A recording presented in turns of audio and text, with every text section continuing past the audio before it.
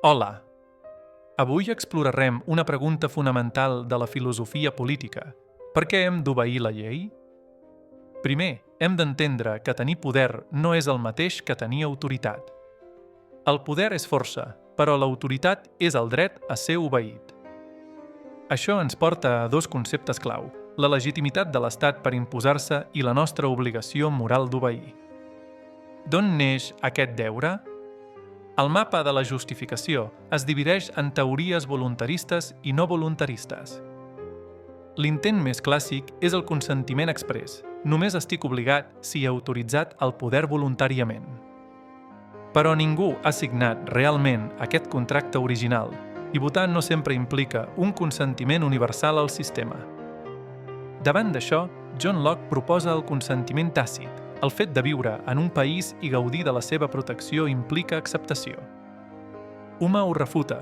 Un pobre pagès que no coneix cap altra llengua és realment lliure de marxar? Si no hi ha llibertat, no hi ha consentiment. Passem al joc net. No es tracta de permís, sinó de justícia i reciprocitat en la cooperació social.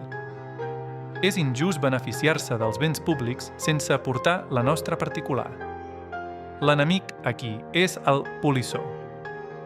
Però Nozick critica que rebre beneficis no sol·licitats no genera obligacions.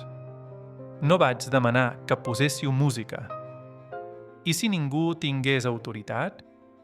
L'anarquisme filosòfic defensa que l'autonomia moral és suprema i precedeix a l'Estat. L'utilitarisme diu que obeïm perquè funciona. Les conseqüències d'obeir són millors que les del caos.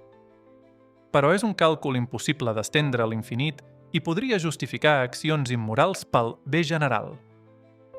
Joseph Ras proposa l'autoritat com a servei. L'Estat és legítim si ens ajuda a actuar millor segons la raó.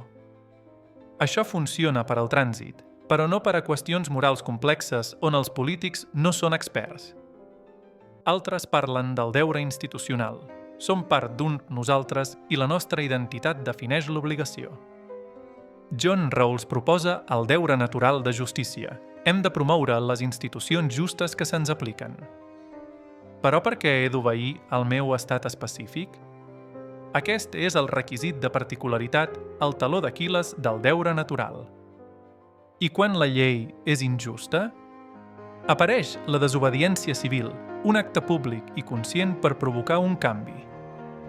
Segons Rawls, es justifica com a últim recurs davant violacions clares de la justícia, acceptant-ne les conseqüències. En resum, la tensió entre autonomia moral i autoritat és el motor de la filosofia política.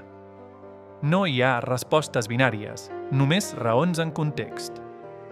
Fins la propera!